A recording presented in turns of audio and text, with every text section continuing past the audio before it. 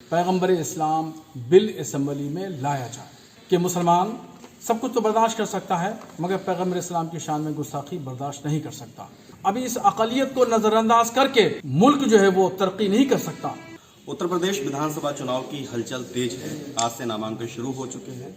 मुस्लिम वोटरों को लेकर खास तरह की एक दिलचस्पी या बेचैनी देखने को मिल रही है, खास तौर से अब राजनीतिक हालात बने हुए हैं। इस बीच बरेली में तंजीम उलमाए इस्लाम ने एक मुस्लिम एजेंडा जारी किया है जिसमें 15 मांगे रखी हैं। ये एजेंडा उन्होंने सभी राजनीतिक दलों को भेजा है और ये अपील की है या उनसे ये उनकी दरख्वास्त है कि ये उनकी जो मांगे हैं उन पर गौर किया जाए। आज हमारे साथ तंजीम उलमाए इस्लाम के जो पदाधिकारी हैं जिन्होंने एक प्रेस कॉन्फ्रेंस करके ये अपनी मांगे रखी हैं वो हमारे साथ मौजूद हैं। तंजीम के महासचिव मौलाना शहाबुद्दीन रजवी साहब, हम उनसे जानेंगे कि उनकी ये मांगे क्या हैं। आज ऑल इंडिया तंजीम उलमाए इस्लाम ने जो मुशावरती कमेटी एक महीना पहले गठित की थी उसकी मीटिंग थी और मीटिंग में कमेटी के तमाम जिम्मेदारान ने पूरे उत्तर प्रदेश में जितने भी उलमा, दानिश्वर, डॉक्टर, प्रोफेसर हैं, हर शोबा ज़िंदगी से ताल्लुक़ रखने वाले लोगों से सलाह मशवरा करने के बाद ये मुस्लिम एजेंडा तैयार किया जिसको आज मीडिया के माध्यम से जारी किया गया है। इससे पहले हमने तमाम पॉलिटिकल पार्टियों के ज़िम्मेदारान को इस एजेंडे को मेल के ज़रिए और रजिस्टर डाक के ज़रिए भेज दिया है ताकि उस पर गौर करें और उसको अमली जामा पहनाया जाए।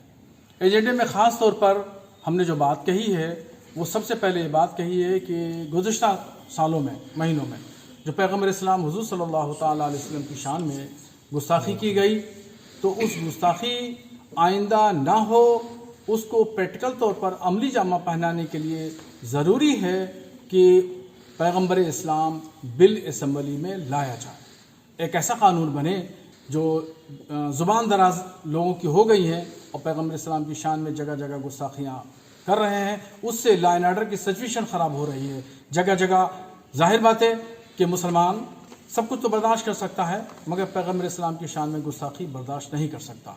ये एकदम बिल्कुल लिखी पड़ी चीज़ है और हर गरीब से गरीब, अमीर से अमीर मुसलमान के दिल की ये आवाज़ है। तो इसलिए हमारा मुस्लिम एजेंडे के ज़रिए मांग ये है कि एक पैगम्बर इस्लाम बिल लाया जाए ताकि लगाम लग सके।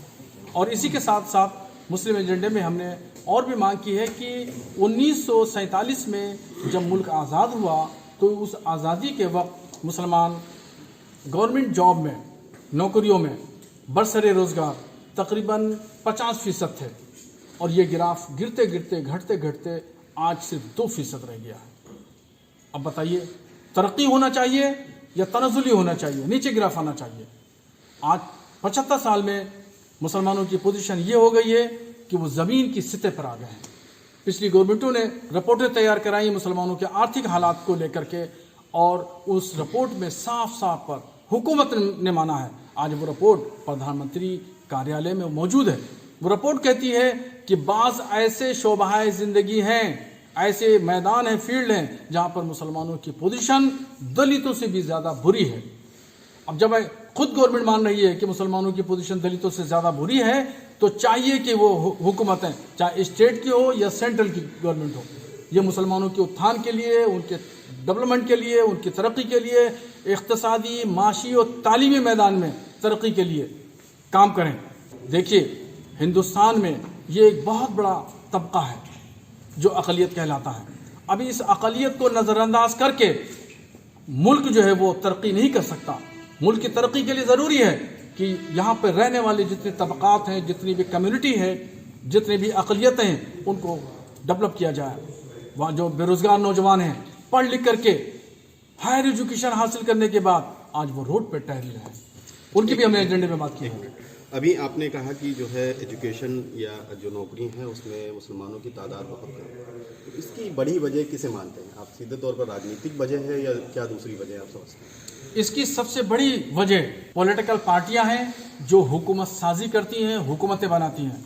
जब इलेक्शन आता है तो इलेक्शन के मौके पर बहुत लोग लुभाने वादे करते हैं और हम ये करेंगे, हमारी गवर्नमेंट आ गई, हम ये करेंगे, मगर वो जब गवर्नमेंट फॉर्म कर लेते हैं, बना लेते हैं, उसके बाद वो तमाम बुनियादी मसाइल को वो भूल जाते हैं। तो हम उनको याद दहानी करा रहे हैं और उनको याद दिला रहे हैं कि आपको बुनियादी मसाइल पे काम करना होगा। जो मुश्किलात हैं उन मुश्किलात को हल करना होगा। तो देखिए हमने मुस्लिम एजेंडे में हर पॉइंट पे हमने बात की है। हम यही चाहते हैं तमाम पॉलिटिकल पार्टियों से जो भी गवर्नमेंट बना रही हैं कि उस पर बुनियादी तौर पर काम करें और इसको अमली जामा पहनाएं।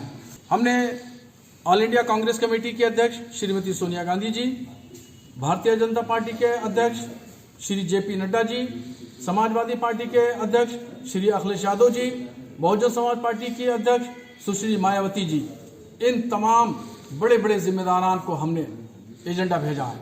हमने मेल के जरिए भेजा है और रजिस्टर्ड डाक के जरिए भेजा है। और आज आपके माध्यम से, मीडिया के माध्यम से हम ये तमाम आवाम को, तमाम पॉलिटिकल पार्टियों को, अपनी कौम को बताना चाहते हैं कि ये बुनियादी ज़रूरतें, ये बुनियादी मसाइल मुसलमानों के हैं। इनके हल किए हुए बगैर देश की तरक्की नहीं हो सकती है और प्रदेश की तरक्की नहीं हो सकती है।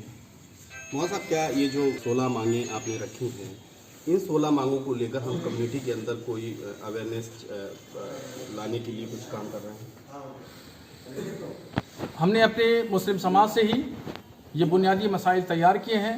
मुसलमानों में बहुत बेचैनी है और बेकरारी है, और वो ये मुसलमानों की रीढ़ की हड्डी से छन करके ये बात यहाँ पर आई है, और इसी एतबार से ये मुस्लिम एजेंडा तैयार हुआ है। मुसलमानों में बहुत बेचैनी, बेकरारी है अपने मसाइल को लेकर के। मुसलमान तो ऐसा अपने आप को ठगा सा महसूस करता है कि हर पॉलिटिकल पार्टियों के लोग आते हैं, प्रत्याशी बन के आते हैं और अपने वोट लेने की, देने की बात करते हैं, उसके बाद में चले जाते हैं, दोबारा कोई नहीं आता। अभी चुनाव का वक्त है, सभी पार्टियां अपना अपना जो है घोषणा पत्र जारी कर रही, तो क्या उम्मीद है कि जो आपकी मांगे हैं इन पे कितना गौर किया जाएगा? हमने ये मुस्लिम एजेंडा इसलिए जारी किया है कि तमाम पॉलिटिकल पार्टियां हमारे इस एजेंडे पर ध्यान दें, और जो हमने इसमें 15 नुकात की बात कही है, 15 पॉइंट हमने रखे हैं, ये वो पॉइंट हैं जो मुसलमानों की रीढ़ की हड्डी हैं और बुनियादी ज़रूरतें हैं, बुनियादी मुश्किलात हैं। अगर इनमें पॉलिटिकल पार्टियां अपने घोषणा पत्र में शामिल करती हैं तो हम समझेंगे कि वो वाकई बुनियादी ज़रूरतों को हल करने में संजीदा है। अभी एक 8वां पॉइंट हम आपका देख रहे हैं कि कट्टरपंथी विचारधारा संगठनों के द्वारा गरीब, बेसहारा लड़कियों, महिलाओं को लालच और भय से धर्म परिवर्तन कराने वालों के विरुद्ध कानून लाया गया। यूपी में अभी ये लव जिहाद पे कानून लेके भी आए हैं, तो इस तरीके ये जो कानून है, इससे मुस्लिम समुदाय को कोई लाभ मिल पा रहा है, नहीं मिल पा रहा है? ये पॉइंट हमने इसीलिए रखा है कि जो कानून उत्तर प्रदेश गवर्नमेंट ने बनाया है उससे मुसलमानों को कोई फ़ायदा नहीं मिल पा रहा है, और ये वन साइडेड कानून है, टू साइडेड नहीं है। जबकि होना ये चाहिए कि अगर कोई मुसलमान हिंदू हो रहा है उसके लिए भी तो कानून होना चाहिए, या फिर सिर्फ जो हिंदू मुसलमान हो रहे हैं या उसी के लिए होगा। देखिए, दोनों तरफ, जो मुसलमान हो रहा है वो, जो हिंदू हो रहा है हो, तो इसमें दोनों के ताल्लुक से कानून होना चाहिए और उसूल और ज़ाब्ते बनना चाहिए। इसमें सिर्फ वन साइडेड ही ज़ाब्ता बना है। इसलिए हमने ये मांग की है कि आने वाली जो गवर्नमेंट है असेंबली में इस तरीके से बिल लेकर के आए और सभी समुदाय के ताल्लुक से जो बात है वो बात कही जाए, सिर्फ एक कम्युनिटी की बात न की जाए। ये तो ऐसा है कि नफरत फैलाने वाली बात है, नफरत की राजनीति की जा रही है। हम नफरत की राजनीति नहीं चाहते हैं, और न यहाँ का मुसलमान, न यहाँ का हिंदू, न यहाँ का सिख, कोई भी नफरत की राजनीति नहीं चाहता है। हर शहरी, हर नागरिक ये चाहता है यहाँ पे प्यार मोहब्बत की राजनीति।